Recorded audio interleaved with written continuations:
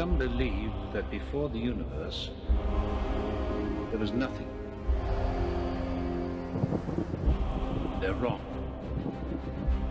There was darkness. Hey, true believers, Englentine here, continuing the reviews and rankings of the Marvel movies.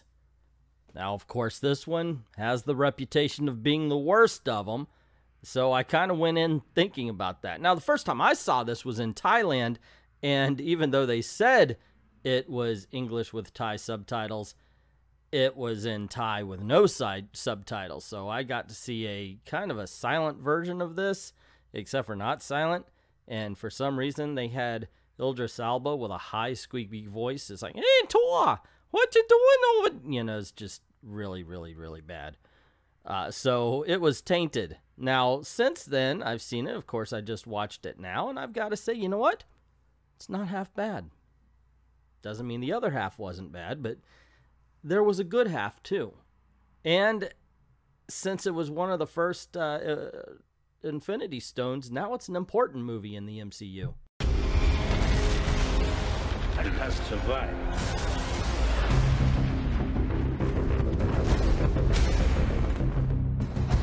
I gave you my word. I would return. Now, one of the biggest problems stated about Thor: The Dark World is the villain, Malekith and Scourge, or Scourge. Anyway, I like Scourge a lot better than Malekith. I thought, you know, okay, at least he's a big brute and we get to see him do big brute things. That was interesting enough. But in all honesty, I still can't, I just watched it and I can't remember a damn thing that Malekith has done. Was he at the end of the movie or was there someone else? Okay, so he gets zapped into, honestly, I don't remember a damn thing about this villain. So there is no defending this. He might actually be worse than Sam Rockwell in Iron Man 2 for how they treated him. I don't know. Yeah, I gotta agree. The villain in this is just not all that great. What's gonna happen? Hold on. Wait, what? Jane!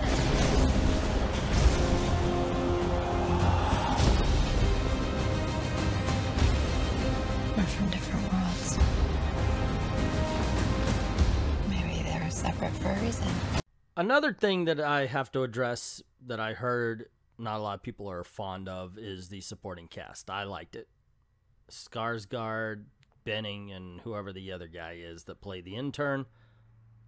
Denning, excuse me. I thought they were fine. They added the proper amount of comedic relief. As a matter of fact, I thought of a joke that they didn't when Thor makes it rain on only one of them, while Natalie Portman stays dry. That being said, I also thought Natalie Portman did a decent job. You know, a lot of people put her down for it. And granted, I've seen her do better, but then again, we've all seen the sequels, so we've all seen her do worse as well. But overall, I enjoy the relationship between her and Thor. I think Chris Hemsworth and her have some chemistry. So, yeah, this part didn't bother me either. I enjoyed this film. If we do nothing, they'll destroy us.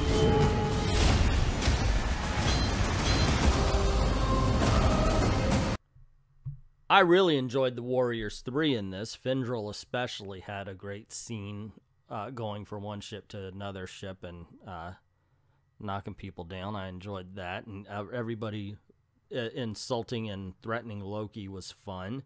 Yes, I am only showing Sif because she's the most pleasant to look at. But yeah, I enjoy it. Gosh, man. It's kind of funny because this really is a movie where you can point to scenes saying they're great, but the overall feeling is just a little bit off. And by the way, Frigga, how badass. You know, go Renee Russo. Now, we've seen her do action scenes before in Lethal Weapon. 2 and 3, by the way. Wait, was it? No, 3 and 4. So that's cool, and it's good to know she could still kick ass. But yeah, I really enjoyed her scenes in this one. And, of course, how it ended makes you go, oh, no, now I want to see more of her. But spoiler alert for those who haven't seen it, is not going to be in any more of these. Ask yourself, what will you sacrifice for what you believe? In the end, I'm happy to say it's not a bad film in the way that it is entertaining. I enjoyed it. That being said, oh my God, they needed to write a better villain. It seemed more interested in world building and catching up to all the characters rather than what the villain was doing. The villain is really just the MacGuffin, which usually the MacGuffin is what the villain and the hero are both after. This time the villain was kind of in the way. Okay, yeah, we need to acknowledge that he's there. It's going to be the big spectacle at the end. But really, we don't really care. We care more about the jokes. We care more about the characters. We care more about Thor and Jane Foster and everybody around them in Asgard rather than what the villain is doing. So there's not a lot of tension here, but just like I said, there's a lot of good scenes. Enjoying the characters themselves is a lot better than enjoying the movie, if that makes any kind of sense. I don't know if it does, but there you go.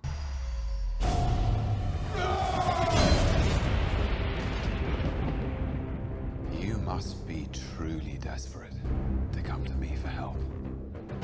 You should know that when you betray me, I will kill you.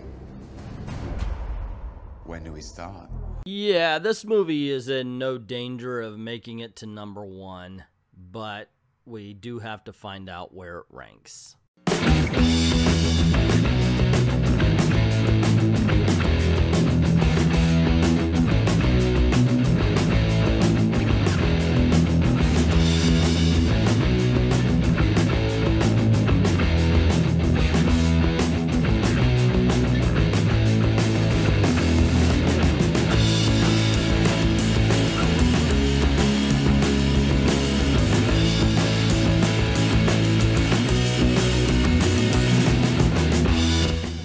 Just my opinion. What is yours? Where does it rank in the Marvel MCU to you?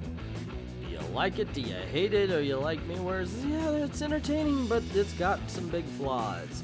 Let me know in the comments below. Also, if you like this video, you want to see more, click like, share to get the word out about the channel, of course. And if you haven't done it already, don't forget to subscribe. And if you have done it already, check to see if you're still subscribed, because YouTube's messing over. And don't forget to ring that bell. Make sure you don't miss anything around these parts, because cool things happen. Also, head on over to Patreon. Drop $1 in the till. Links in the description below. We have some good graphic novel giveaways to lucky patron and other rewards too. So please go check that out. I'd like to thank everybody who's already done that. To everyone, all the true believers, thank you very, very much for watching.